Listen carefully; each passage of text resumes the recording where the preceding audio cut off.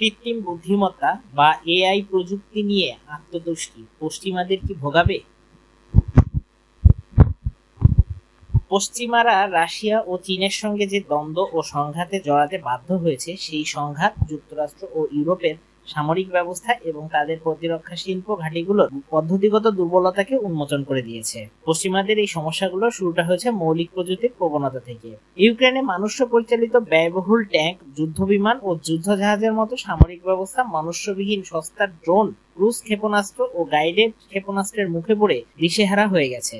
Russia ইতিমধ্যেই ৮,০০০-এর বেশি সাজোয়াজান, কৃষ্ণ সাগরে তার মোতায়েন করা নৌবহরের ১/৩ নৌযান এবং বহু যুদ্ধবিমান হারিয়েছে। এই ক্ষয়ক্ষতি রাশিয়াকে তার ব্যয়বহুল মানুষ্যবাহী সামরিক সরঞ্জাম যুদ্ধক্ষেত্র থেকে সরিয়ে নিতে উদ্বুদ্ধ করেছে। চীন, রাশিয়া, ইরান, তুরস্ক এবং আধুনা ইউক্রেনের তৈরি সস্তা ড্রোনগুলো নজরদারি, লক্ষ্যবস্তু ঠিক করা এবং নির্দেশনার জন্য কার্যকর আক্রমণাত্মক অস্ত্র এবং গুরুত্বপূর্ণ হাতিয়ার হয়ে উঠেছে।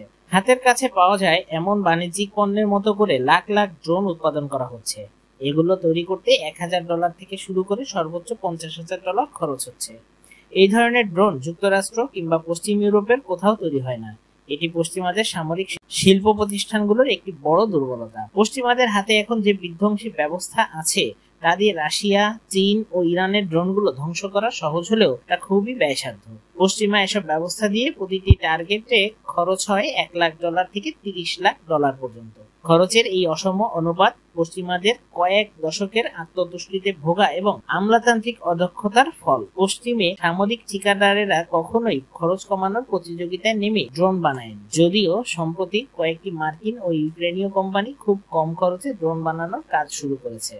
সবচেয়ে ভয়ের কথা হলো, বর্তমানে যে সস্তা ড্রোন প্রযুক্তির সময়টা আমরা পার করছি, সেটি মানুষ্যবিহীন, নিজে লক্ষ্যস্থলে হামলা চালানোর সক্ষম অস্ত্রের ভবিষ্যতের সূচনা মাত্র। এখন যেসব ড্রোন ব্যবহৃত হচ্ছে তার বেশিরভাগই মানুষ দূর থেকে রিমোট কন্ট্রোলের সাহায্যে নিয়ন্ত্রণ করে বা সরল সোজাভাবে জিপিএস বা ডিজিটাল ম্যাপ অনুসরণ করে পরিচালিত হয়। কিন্তু নতুন যে কৃত্রিম বুদ্ধিমত্তা বা এআই প্রযুক্তি, যা একাডেমিক গবেষণা পণ্য এবং বাণিজ্যিক পণ্য হিসেবে প্রকাশ্যে পাওয়া যাচ্ছে, বিকশিত হচ্ছে, তা শীঘ্রই যুদ্ধে ব্যবহৃত হবে এবং সম্ভবত সন্ত্রাসবাদেও এআই প্রযুক্তি দ্বারা পরিচালিত ড্রোন ব্যবহৃত হবে। এই চ্যালেঞ্জ মোকাবেলায় পশ্চিমাদের প্রতিক্রিয়া এখন পর্যন্ত খুবই অপ্রতুল। এআই সক্ষম প্রযুক্তির রপ্তানি নিয়ন্ত্রণ, সেমিকন্ডাক্টর, ক্যাপিটাল ইকুইপমেন্ট এবং প্রসারের মধ্যেই সীমাবদ্ধ রয়েছে। এমনকি পশ্চিমা নিয়ন্ত্রণকে প্রতিহত করা হয়েছে এবং শিথিল করা হয়েছে। যদিও চীনে হাই অ্যান্ড এআই প্রসেসর রপ্তানি নিষিদ্ধ করা হয়েছে, কিন্তু ইউএস ক্লাউড পরিষেবাগুলোতে একই প্রসেসরের ব্যবহার উন্মুক্ত রাখা হয়েছে।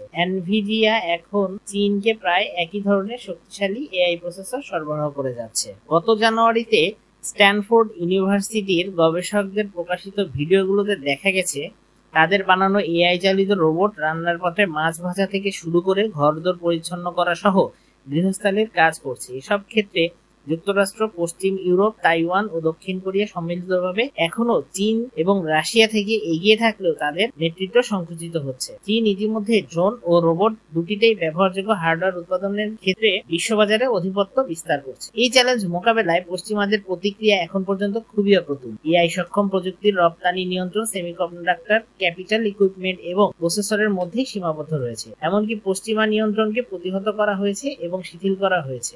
যদিও চীনে হাই অ্যান্ড এআই প্রযুক্তির রপ্তানি নিষিদ্ধ করা হয়েছে, কিন্তু ইউএস ক্লাউড পরিষেবাগুলোতে একই প্রসেসরের ব্যবহার উন্মুক্ত রাখা হয়েছে।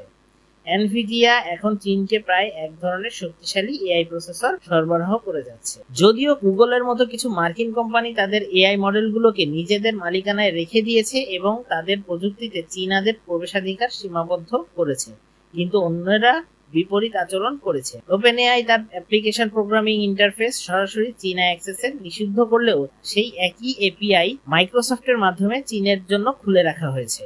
যদি এটি চলতে থাকে, তাহলে যুক্তরাষ্ট্র ও পশ্চিম ইউরোপ, চীন এবং এমনকি রাশিয়া ও ইরানের বাণিজ্যিক এআই অ্যাপ্লিকেশনে ও এআই নির্ভর সামরিক তৎপরতা মোকাবেলায় পিছিয়ে পড়বে। ভিডিওটি যদি আপনার ভালো লেগে থাকে, তাহলে এটি আপনার বন্ধুদের সাথে শেয়ার করুন। চ্যানেলটি সাবস্ক্রাইব করে আমাদের সাথেই থাকুন। দেখা হবে অথবা কথা হবে আগামীকাল। সে পর্যন্ত সবাই ভালো থাকবেন। ধন্যবাদ।